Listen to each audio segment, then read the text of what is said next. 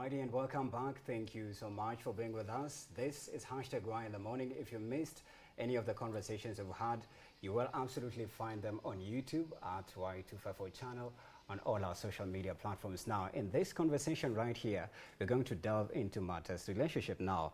Gen Zs are redefining the dating landscape, with most of them prioritizing matters mental health awareness that includes emotional intelligence, setting clear boundaries, and open communications. Now, according to a recent study published on a site called Intels, there's a growing shift in dating preferences among men in 2025, with most of them, actually a majority of them, opting to settle with a partner who provides mental and emotional compatibility.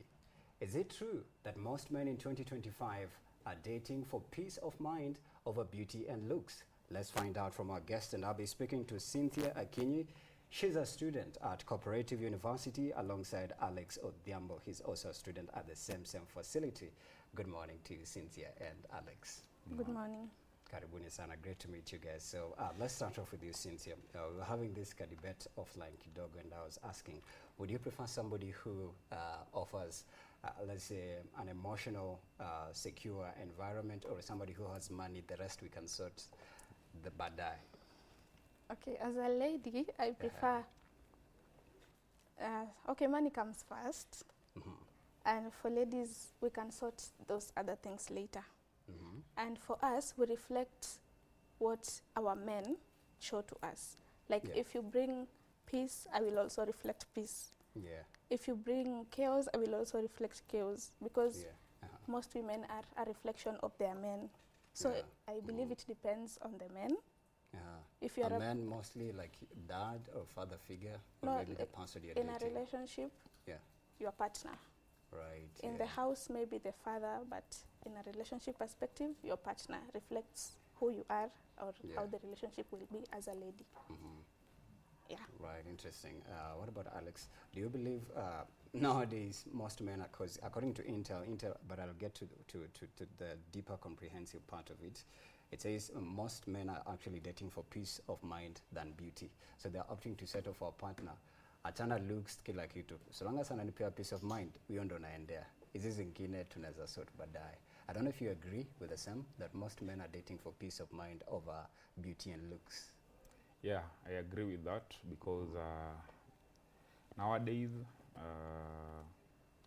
in this life and in this perspective of life, most of the men, we indulge in different activities, like when we take that as a responsibility, because dating is also a responsibility. Most of the men out here, we have different activities that we do. So when we take like the ladies and other men as one thing, I can prefer dating someone for peace of mind, because out here we are really struggling with different activities. So when we take like ladies giving me stress and this, and also job is giving me stress, I can settle for that of a lady giving me a peace of mind.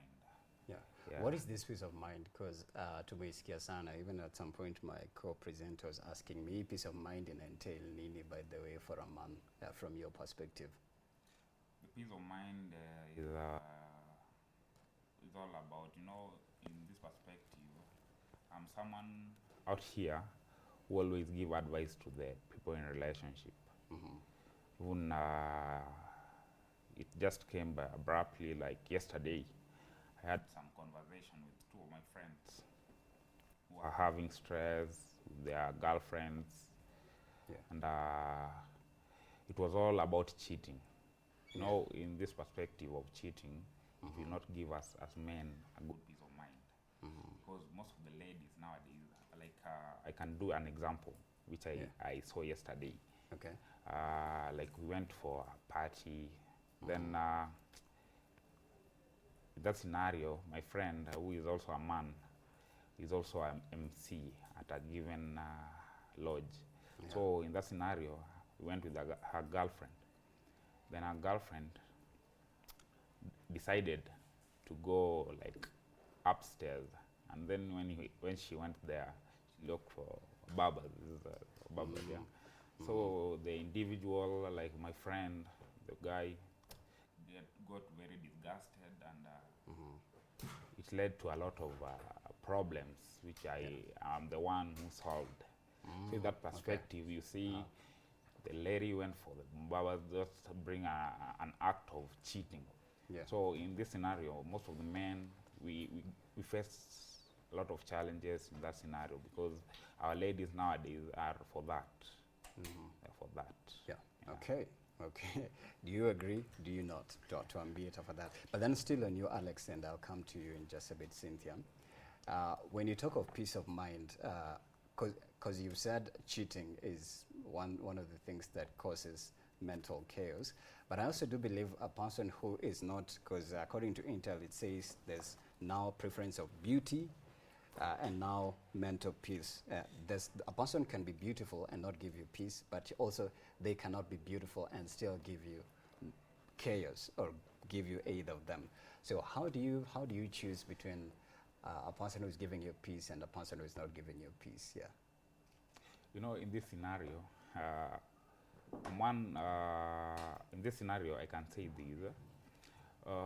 The looks, I can't see a girl by the looks and say that this girl cannot be giving me stress.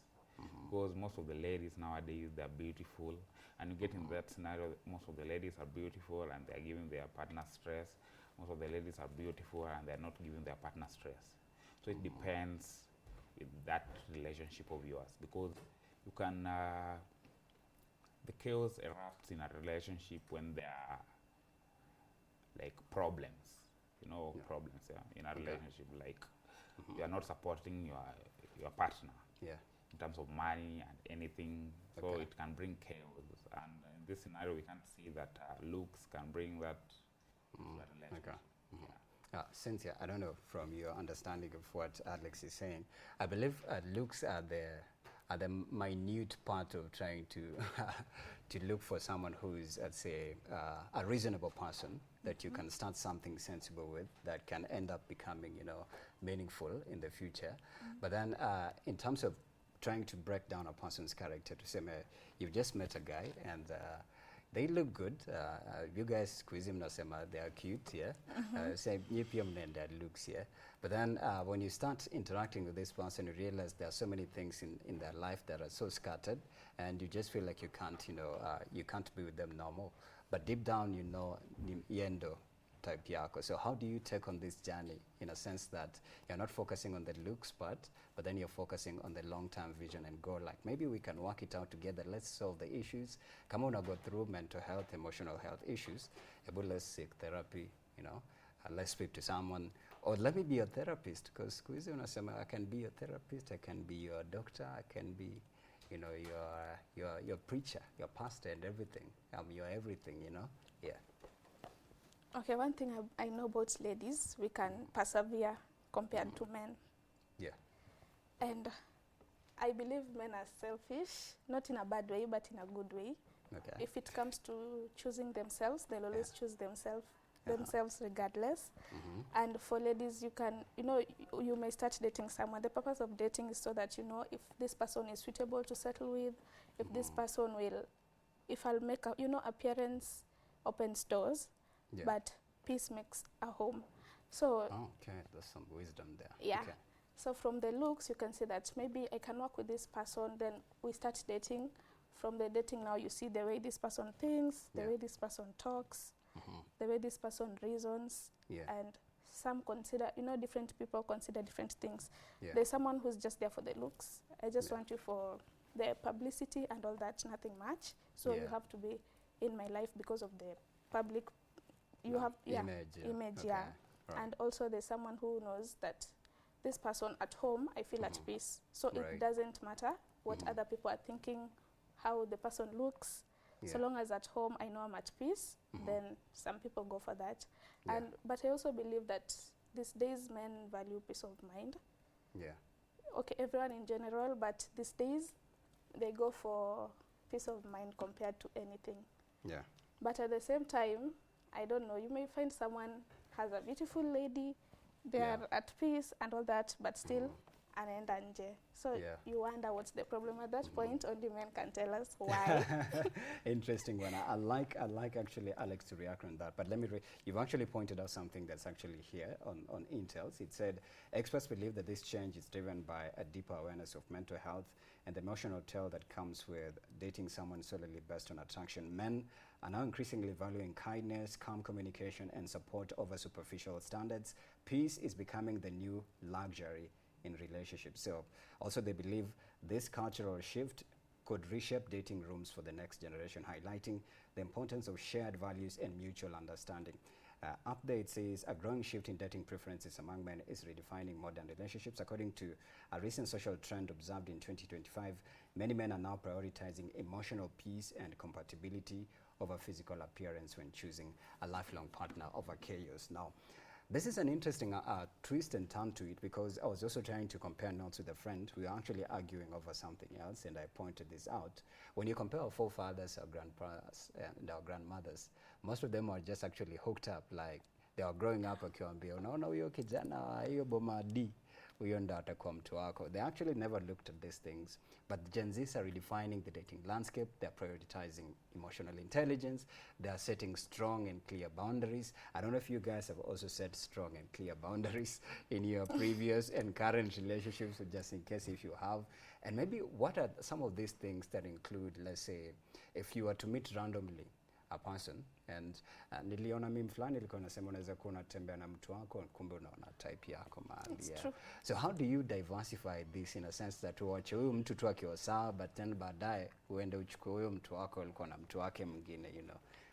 Okay, you know, currently they say that don't let your, okay, let's say you have a boyfriend. They say don't let your boyfriend stop you from meeting your husband. Oh my goodness. What about don't let your husband not stop you from meeting Also, same, your don't future let your husband stop you from meeting the right. Is that even a real world anyways? Yeah. Okay. So, currently they advise that if you're dating someone, you can also go on, like not date, but you just go out with other people. You know, diversity also helps. Yeah. Just go understand this person. How is this person? You filter what you don't want. Yeah. So you settle with what, like, you know, this, I can work with this one, I can shape this one. You know, for us, we believe that you can groom a man, you can reform a man, and it has grow pamoja. But for you guys, it's different, totally different. But for us, we believe like I can grow with this person, I can reform him. This is something I want, so this is something I can work with. Yeah. So you may be walking, and I see someone, I'm like, I see a future here. But and yet you have someone who you also see a future with. So future co-op. So future ni mbili ama ni oh, una compare notes. Okay. I get that phrase. You will kiss so many frogs before you land on the one. Okay. Yeah. But let me jump onto you, Alex. Before that, Cynthia had said something interesting. She said that for us men, you might be having someone so beautiful that they have all the qualities, but still you go outside to cheat. What is wrong with men? Shida ni gani? In that scenario and in that perspective, I can say this. You know, most of the men I've never understand about that, because also as a man, I've engaged in that. Because okay, you've cheated before, or you had someone and you still went outside. Yeah. I don't know. I think it's always about the looks in that scenario, because you can say your partner, you can say that she's not beautiful, and yet you are the one who chose her. You are the one who chose her. But the first time I saw you. Yeah, well, the first time I saw you. I thought I had seen my Beyonce. Yeah, and also in that scenario, you get that when you continue dating, unapoteza hamu, unapoteza psyche. Oh, psyche, yeah? Ya huyu mwingine, unataka kuenda mtu mwingine. Oh, yeah.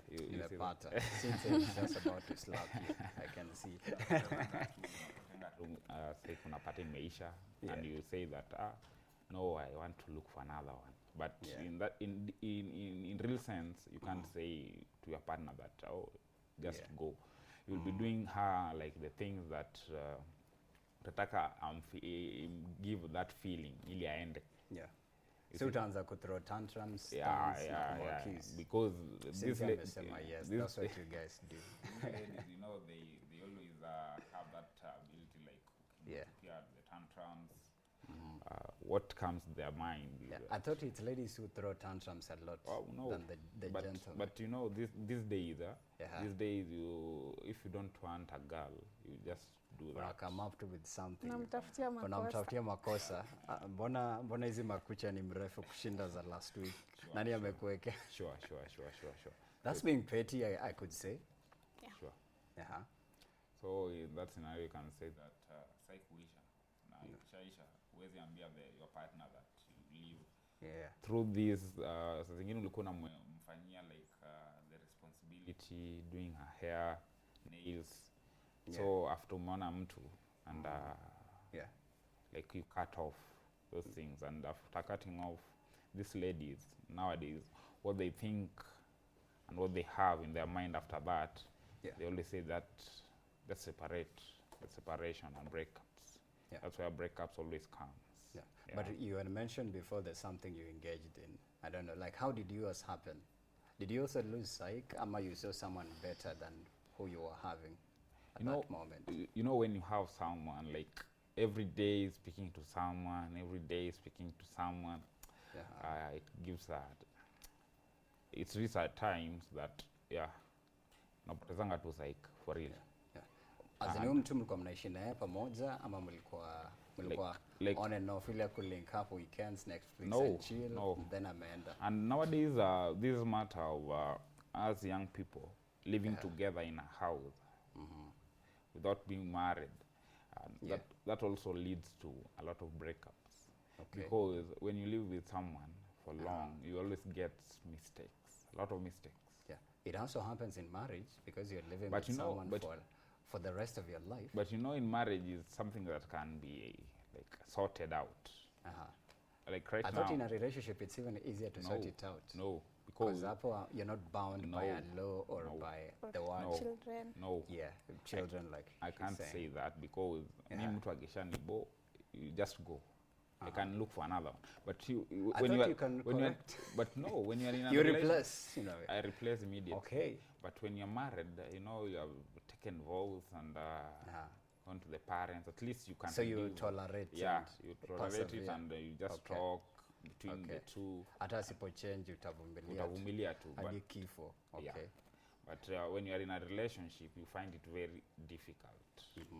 Because utaona like when my partner cheats, like a lady cheats, you know, I can't get siwezi kuwa ati in peace of mind, because I can say that anaweza kuwa akirudia ama ikifanya. You know, when you accept someone who has cheated back, there is a possibility that that person will atakuchukua ndogo. She can continue cheating because she knows that hakuna kitu utafanya. Yeah, in that scenario. But ladies say every man cheats.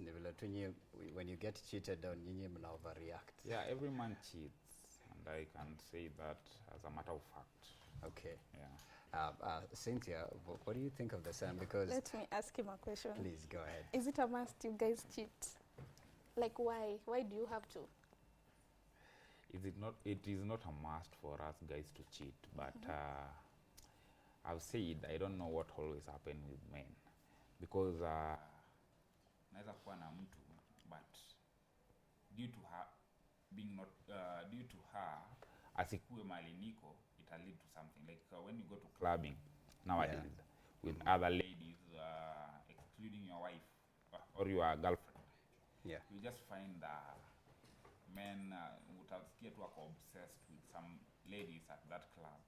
This is the scenario. Unapata tu anataka afanyie vitu vingine in that club, and already akona girlfriend ameacha kwa nyumba. You see that scenario. We just find it like it's a norm nowadays. But in this scenario, ladies, they have respect for themselves, because you can get ladies going out, like ladies group, they're going out for clubbing, but they don't engage with men. It's a girls' night. It's a girls' night. When men try to come to them, like they're just feeling disgusted. But as men, when we go for outings, and then ladies come. So we know when we go to outings, we just need ladies. Most of the time. Even married men as well. Yeah. Most of the time when we go for outings and the clubbing, we find it very easy for us as men to bring Just kupati na ladies. maboys pekee. Yeah, lazima kukuwa na mashori. Yeah, pale. lazima Okay. to bring closer. And after drinking, you see, After 1, 2, 3 drinks. after 1 to 3 drinks, unaanza kuona future feelings wife, zingine unaanza kuona zimechange. future wife kwa waitress. Anamwambia kumbe you are the one, not the one at home. Yeah, sure. So tuseme, since according to what Alex is saying, most men inakwanga to let's say kuwa too stubborn, because anasema macha bibi tu home vizuri, umeenda kuchill na maboys and then mko kwa club, wameleta drinks pale, after drinks tatu hivi ushaanza kuona waitress the future wife, you know, but uko nyumbani na bibi na watoto watatu. I can imagine such a scenario. But then also I'll still ask you the same question. What makes men to cheat? I think you had asked that question, why do you cheat, yeah? But I'd like to hear from a lady's perspective. What do you think makes gentlemen or men to cheat? Generally, I just think men are never satisfied. Generally, tuanzie tu hapo. When it comes to money, when it comes to women, like everything, they never settle. Yeah. But also, there are some men who settle. Yeah. They settle for sure. But they have temptations. Yeah. And it's how they deal with their temptations. Unajua tu vizuri umeacha bibi home, but you see someone, you are tempted, but how you deal with it. You know, I believe a man's greatest power is self-control. Amen. Hallelujah. Yeah. Yeah, so if a man cannot control himself, I don't know how he's supposed to lead the home. Yeah. Because he's the solid rock of the house. Yeah. We are supposed to depend on this man. Yeah. He's supposed to provide us, but he does not have self-control. I don't know how he'll balance the rest. Yeah, but when he has money, he has even bigger power to have another person on board and another one and another. Okay. So apart self-control, haitaikuwa in the room. Never. And for ladies, no, as long as unamweka vizuri, Yeah. she eats, you provide everything. Some ladies will accept a second wife because she gets everything she wants. Yeah. So that's why you find for ladies that have their own money, like they don't depend on men, they have their boundaries. Kwa sababu utaniletea mtu home, and I can walk out. I can walk away from the relationship. But if I don't have anywhere to go, I don't have money, nitatoka niende wapi? Nitavumilia disrespect. Yeah. So it's also important for ladies to have money. Self-control. It's important for ladies pia kuwa na pesa, but self-control should be the main ingredient hapo kwa men. Yeah. But also I'm also interested to hear from your perspective. What is an ideal, let's say, an ideal right, Mr. Right, that you would possibly, you know, settle with in, let's say, a lifelong relationship, or let's say a seasonal relationship, because this relationships is not lasting after a certain duration, and then after some time we realize, we never had our common goals, our visions, we never merged, our souls never connected here. But what are the qualities that you'd say are for a general Mr. Right that's good for you to settle with? You know, I believe a man is at his best version when he has money or when he's earning. Okay. Take notes. Kama una kazi. Yeah. So when you have someone who's not earning, you won't meet his best version. Yeah. Atakuwa always down because he has things to think about. So I would prefer mtu tu ajijenge before getting into a relationship. As a man, we jijenge tu. Also, it's important for ladies, but as a man, we pia jijenge tu.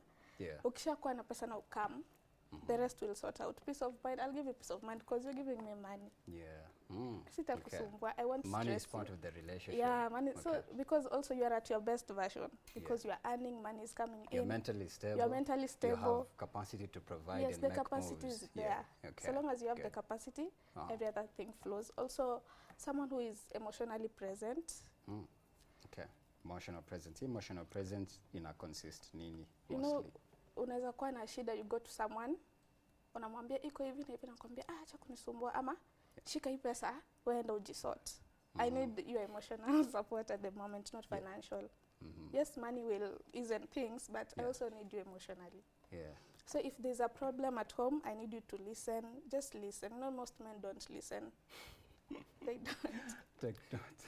Men, most of you don't listen. They don't listen. So someone who can listen to you, someone who thinks that your points matter, every conversation that you bring to the table matters. Yeah, basically to someone who is there. Yeah. Someone who a listening ear, a shoulder to cry on, supportive. Not the other shoulder. Yeah. This generation has a different shoulder. Shoulder. The real shoulder. The real The shoulder. real Okay. shoulder. Yeah. Yeah, so someone who can give you that support, Yeah. emotional support, financial support. So apart from finances, do you believe most men lack all these other qualities you've mentioned? Yeah, most men lack. Is it because maybe they were never taught how to have them, or they've never, put themselves in a mindset where let me just work on myself so that I'm ready to sustain a relationship?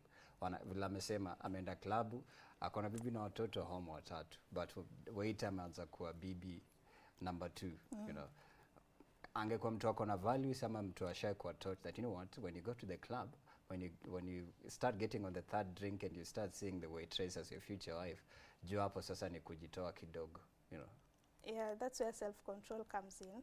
Also, pia, it's hard to learn something, like to relearn some things. You've grown, and this is the only thing you've always known. My father treats the family like this. Yeah, this is how he treats mom. This is how he treats mom. So, you learned from and that. most men look up to their fathers. Sure, absolutely. So, if the father is acting in a certain way, also as the man of my house now, pia mimi kuna vitu zingine I believe that should be done this way. Yeah. Like, as the woman ufai kuongea, I have the final say. We cannot even bring discussion to the table and agree ni yangu yenye nimesema ni hivyo. Vile baba alisema ni hivyo hata kama ako wrong. So watoto bibi don't talk. So I believe that's that oppression actually. Yeah. Okay. So as a man I believe that they can learn. Na pia it depends on how they were brought up. Yeah.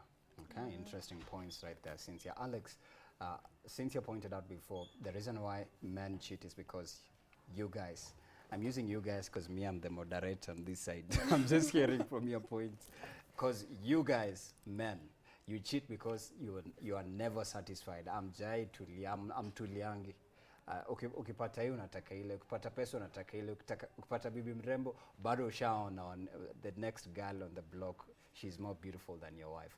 What makes it that way? Mbona tu msitulie?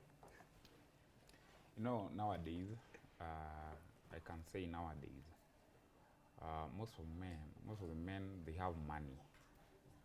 And also their wives, they also have money. So nowadays, it's not all about money. These are the serious relationships I'm talking about.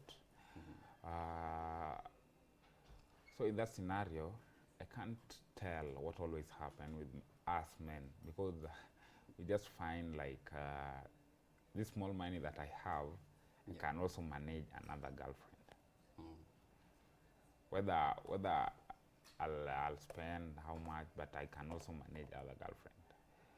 And or a second wife, or third wife. Yeah. So in that scenario, I can't say that it's not all about... Sika shetani, mahali, kanashindanga kakiingia mtu. Even in the stable relationships and also in marriages, you'll always find that the problem always comes. The men are the problem. Okay. Because Cynthia make a green tick. You'll get that most of the men, we are not satisfied. Is it because it's lust? Because especially with cheating, uko tu na bibi mnafanya harusi kwa church, uko na pete, but wewe ndo huyo hapo kwa brother. Ama vile umesema kwa club tena mwanza kuona waitress ashakuwa more beautiful than your wife. Is it lust? I can say it's lust. It's lust. Yeah. Okay. Most of the men, we have lust. And I feel like you could caption your conversation. Most men have lust. Take note.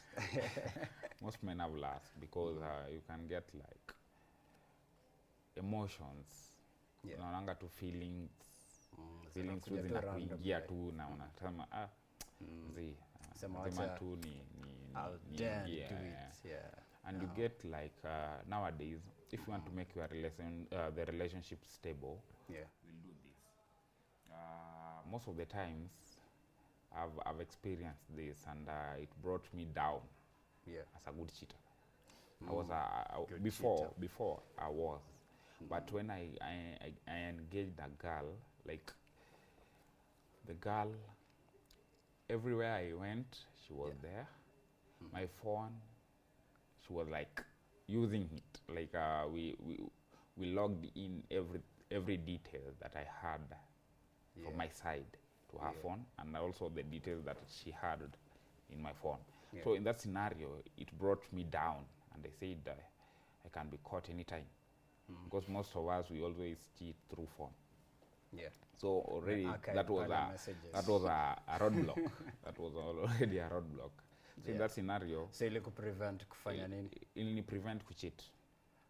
But also, what do you mean that everywhere you went, she was always there? Everywhere, because like you can get like tumeishi pamoja, like nikitoka nikienda shop akona mimi, nikitoka nikienda events akona mimi, like hadi sasa. So that was a good thing. Hadi sasa my friends, I'm seeing Cynthia roll her eyes. I'm using her as the marking skill. My friends already walikuwa namjua, like I can't. Watu walikuwa hata nikitembea peke yangu they are asking where is she. I mean that scenario. So kuna inakuudhi, inanibo pia. That scenario. You already said you nataka ku explore. Yeah, kwa hapo. You're young and fresh. You're going for I can do anything I want, hata kama ako. So in that scenario, ilinifunga. Yeah. So how did it end? It has not ended yet. Oh my goodness. I believe it has ended now that you've just talked about it right here. It has just ended. It can't end. Yeah. Okay. So at least men wakiwa na like follow-ups and guidelines, hiyo mambo ya kuchita itakuwa very difficult. Yeah. Just siku hizi ukiacha ati msichana wako or the man in the house akupay, like you don't touch the phone, it always brings like lazima tu utajua kuna something which is happening. Yeah. So a man's phone is a no-go zone for the lady, Cynthia? No. Why not? I should have your password. I should have your PIN. Because what are you hiding? Yeah. Maybe nothing. She's just speaking to friends. Why are you hiding? Why are you chilling. hiding? I should know your friends. But also, you know, Yeah. your girls' friends are not your friends. And your boys' friends are not your friends. For real? Yeah. Why not? It should be like that. Because why are you friends with my friends? See, I'm with you. You're mine. If you become acquaintances, then okay, but not friends. Yeah. Unless you met through a common friend, that's okay. But now my friends now are becoming, you are close to my friends. Yeah, pony. And I raise eyebrows. Yeah. But ni okay kujuana at least. Yeah, Si ni ati okay ati umeficha kujuana. watu Because at some wote. point, utanitafuta and you don't know how to reach me. But you have my... But also, why do you have my friend's number? Yeah. See, they are your Have friends my as sister's well. number, my brother's number, not my friends. So you prefer akwena family than Yeah, because men are tempted and they have lust. Okay. And some girls... Hiyo ndo caption ya hii video, by the way. Ya hiyo episode. Men are tempted, they have lust. Hiyo alikuwa amesema men have lust. Yeah. Yeah. Okay. And you can find that some of your friends also, they are eyeing on your partner. So, yeah. Any Kuna access... benchmark pale na kufisia, left, right and center. Yeah. But then, mbona men hawana self-control, bruv? Because umesema, utakuwa tu umechill na maboys, mmekunywa madrinks pale pale, then emotions zinaku-overwhelm and you decide to do it and you go for it full circle, full throttle. Already I've said it's all about lust. And nowadays... Mbona hakuna self-control ya switch off hii lust? Sidhani kama inaweza kuwa, na haijai kuwa.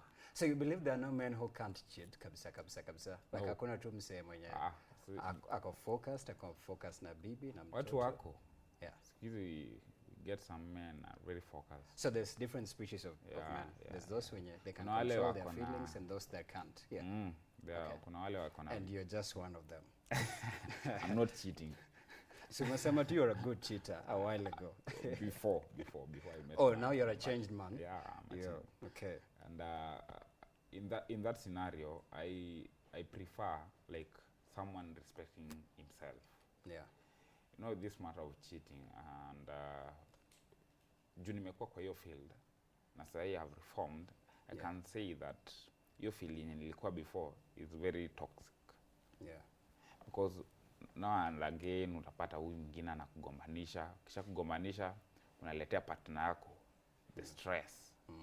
Yeye pia utapata anakugombanisha, mnagombana, unaenda the second person. Sasa zingine uko na girlfriends wengi. Unaenda the second person, unampelekea stress ya ule mwingine. You see in that scenario. Yeah. But if that's you chill, being toxic literally. Yeah, but if you chill with one person, I think it's the best.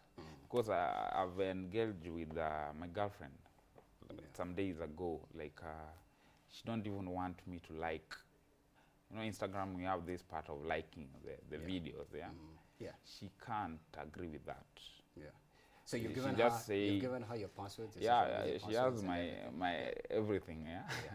So anajua kila mtu. Anajua kila mtu. Like DMs and everything. Like. Are you comfortable with that? I'm just comfortable because you've surrendered it to her. Surrendered. And that's a good thing, yeah. And you know. And you'll not cheat. I will not. Yeah, hallelujah. Tumefunga hiyo na padlock kabisa. But then let's shift this conversation. Kwa majenzis wengi kulingana na hii update wanasema they are prioritizing setting clear, healthy and clear boundaries. Wanataka a partner who's emotionally mature, throw tantrums. Wanataka a partner who is mentally stable.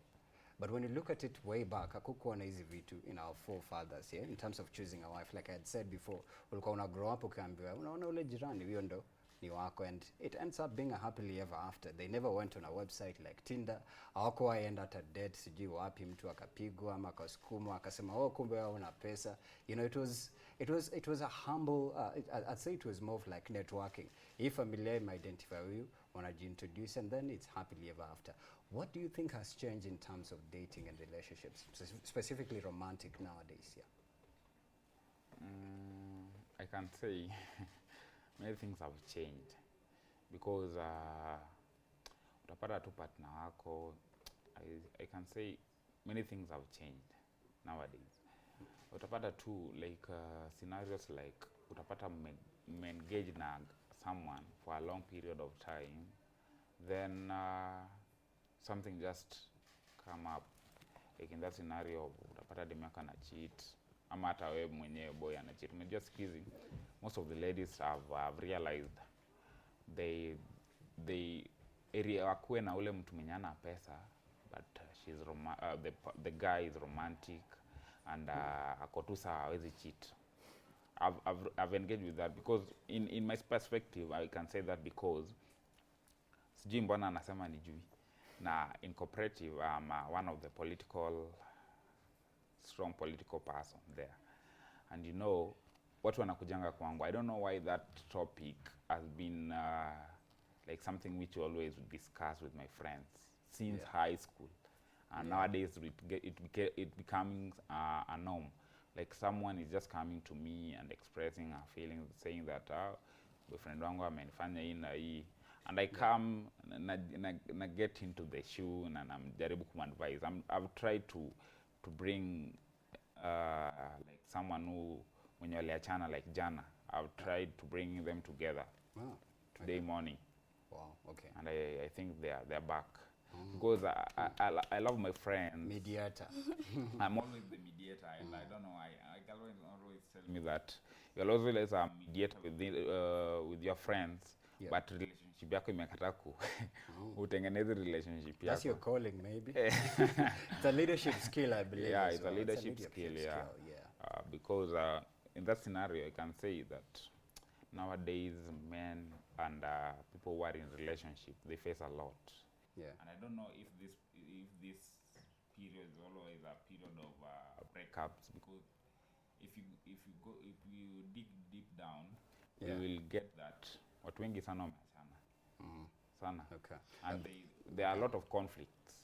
If before I'll actually lose it, what happened between Lamo and Ruth K? Who was giving the other chaos? Were they both chaotic people, dramatic people who just hooked up, and the other one was almost having a rebound, and then they met a hopeless soul and wakastay for more, and then all of a sudden their true characters, came to, the table, and now nudes are flying from, LA to Nairobi to Mombasa and Kisumu. I can say that because Mulamwa is my friend. Oh, okay. One of my best friends. One of your toxic buddies. No, not about toxic. He's a good friend of mine. A good friend na ametuma news kwa father-in-law. Let me tell you something. Siwezi kuwa rafiki na mtu mbaya. This thing just came just recent. But deep down huwezi jua vitu za watu wawili. So kumbe walikuwa naendelea na mimi ni rafiki yao. But to you he has a good face. Yeah. To me, he's a good friend of mine. Okay. Because we have engaged with him, Okay. I always advise him. Like when this matter came up, I also engaged with him. Oh, okay. And you know, in that what did he say? Did he tell you the truth? Now he that can't, say the truth because most of the people in the social media, they say that they are cloud chasing. But deep down, okay, I know they are not. It was a nasty breakup. Yeah, it was a nasty breakup. And if you checked... so both of them were really toxic people that... Yeah, and if you checked yesterday's what he said, it was all about that. The video that he sent to the dad, it was not real. So he just saved someone. Yeah, no, he just saved someone dad, the father-in-law. He just saved someone that way. Then he just sent the video, and it was not true. Okay. So the Ruth case side have not responded or said anything. So when Ruth, I think Ruth thought it was serious. Because he also, if you check that DMs, you can see that she texted her dad saying, apologizing and saying that she was not about all that. Okay. And in that scenario, you'll just find that Mulamwa was the problem. But you've said it could be cloud chasing from what sentiments are being shared online. Yeah, it can be, but deep down I know they are not cloud chasing because you can't cloud chase for in that kind of perspective. You can. You can. Unaweza, but in that scenario inakaa awkward. That is the nasty part of it, because alafu sahi sasa wasichana wanatuogopa. Like I just like yesterday I sent to my girlfriend telling her that nataka wig yangu, the money that I've ever spent on you. You see, now we are cracking jokes. It is bringing a lot of jokes now. Kuna wengine wana take it as serious things. So it's setting some sort of like a picture and even an example to the young folks who are watching. Kumbe, these things usually happen like this with influencers. And you know, in that scenario, pia inatupea shida sana. So that's not a good example of young people thriving in a relationship. Inatupea shida sana juu utapata watu wengi sana siku hizo wanasema kama wale social media influencers ndio wanaachana. What about us? Yaani sisi ni nani? Na ndio wako na pesa, hao ndio wanajulikana. Sisi ni nani? We can just break up. So meaning social media influencers have a role to play in shaping the society in terms of relationships. That's a good point. That's a good as well perspective in terms of figures that we have already existing in relationships but are on social media are painting the wrong picture, you know. But I also do believe if you come from a stable home, where your mom and your dad really had a thriving relationship. Of course, could disagree hapa na pale ziko, hata unaweza tell leo vile mama merespond, sidhani ka, you know, wako coherent na dad. Do you also believe maybe the reason why most relationships are not thriving nowadays is because people came from broken homes, they never had good examples of a father figure, mother figure, or maybe even single parenthood contributed massively to somebody coming out just awkward, like relationships zake huwa haziwork, mwenye anapata anaendanga within 2 months, ama unakosana ya tu kitu ya ujinga, but angetulia waka reason, labda your relationship inge-thrive ikakuwa happily ever after. Yes, I believe that where you come from influences your relationship. It has impact because there are some people, I never saw my parents, like some people, they have never seen their parents like working things out or talking. If there's an issue, ni kupigana, kutusiana. So I don't know of any way of solving problems. So also if I have a problem in my relationship, I will just work the same way I saw my father and my mother working. So I believe that homes have a role to play in people's relationships. What is the biggest red flag in a person you're dating, especially when it comes to argument? Because I absolutely do believe arguments reveal the true character of a person. Disagreements, especially on things that you don't have a similar point of view or perspective or opinion on. What is the biggest red flag for you that can be, let's say it can equalize to all the ladies as well in a man? Okay, someone shouting at you, like, why are you shouting and I can hear you? I'm not deaf. Just talk, I can hear. So ongea tu, you are shouting. At home I'm not shouted at. and you are shouting. You've never been shouted I've never at been to shouted with your at. dad or your mom. Yeah. Yes. So who are you to shout at me? Yeah, we solve problems calmly, and Yeah. you're shouting. Uh-huh. You are raising your hand. Why are you raising your hand? You want to slap me? Is this some school or like we just sit and talk? So if you just can't sit and talk, just go. I also prefer someone who walks away. Yeah. Come down. Actually, come walking back. away is good. Yeah. Yeah, come back. Umetulia. Most men actually do that. Yeah. Yeah. You feel suffocated by this argument. You Walk flee. away. But I also believe it's not the right way to solve Yeah, also conflicts it's or not. arguments or disagreements. Yeah. Yeah, but sa unajua pia mtu anajijua. There are those that no nikikaa hapa nitampiga. Or I'll say something that could. Yes, I'll say something and I cannot take back my word. So let me just walk away. Right. Okay. Yeah. Okay. Therapeutic, kidogo. What is the biggest red flag for you as we exit in a relationship, especially when it comes to disagreement, arguments? I'm somebody that you don't agree with on the same perspective or opinion, but you are inclined with together romantically. The biggest red flag. I'm mentioned kadha. Yeah, that's the biggest red flag is hata mimi I agree with whatever she says, because ukipata like mimi mwenyewe napenda kupeana examples with real life and what I see. Like in my friend's scenario yesterday, alitaka kumslap the girl. What time tulipanda, like we were like violence, yeah? You see, most of the ladies, they are brought up like wako baby girls. Baby girls. Yeah, baby So girl ukijaribu treatment, kumshautia, she sees that this person is not the right person. You're a monster. And you know, us as men, we must shout. Really? Must. So that our voices are heard. Umejua ukipeleka msichana pia pole pole, she will take you for granted. Okay. So in that scenario, he is the person, aliona like this person is like violent. And she was crying, saying that hata amekuwa raised with a single dad. Yeah. Not mom, but a single dad. The lady. Yeah. Okay. So like she's. So she was trying to find a mother figure or a father figure in the dude. You know, nowadays in a relationship, unaweza kuwa a mother or a father. It depends with what you do. Because umejua unaweza fanyia msichana wako like fatherly duties. Yeah. Daddy duties. Dressing her, doing her makeup, beauty. Sponsor duties. And hizo ni vitu za hadi wazazi. Okay, I get that. You see, in that scenario. So the biggest red flag, umesema you shout. Yeah, shouting, and I can just say shouting, and kila time kugombana. It's also a red flag. Because ukiwa na mtu in a peaceful relationship, haifai could lead to this. But nowadays you find like people are saying that mtu akigombana ndi at least wanaelewana. That relationship haifai kuwa tu ile peaceful. So I can say that, yeah.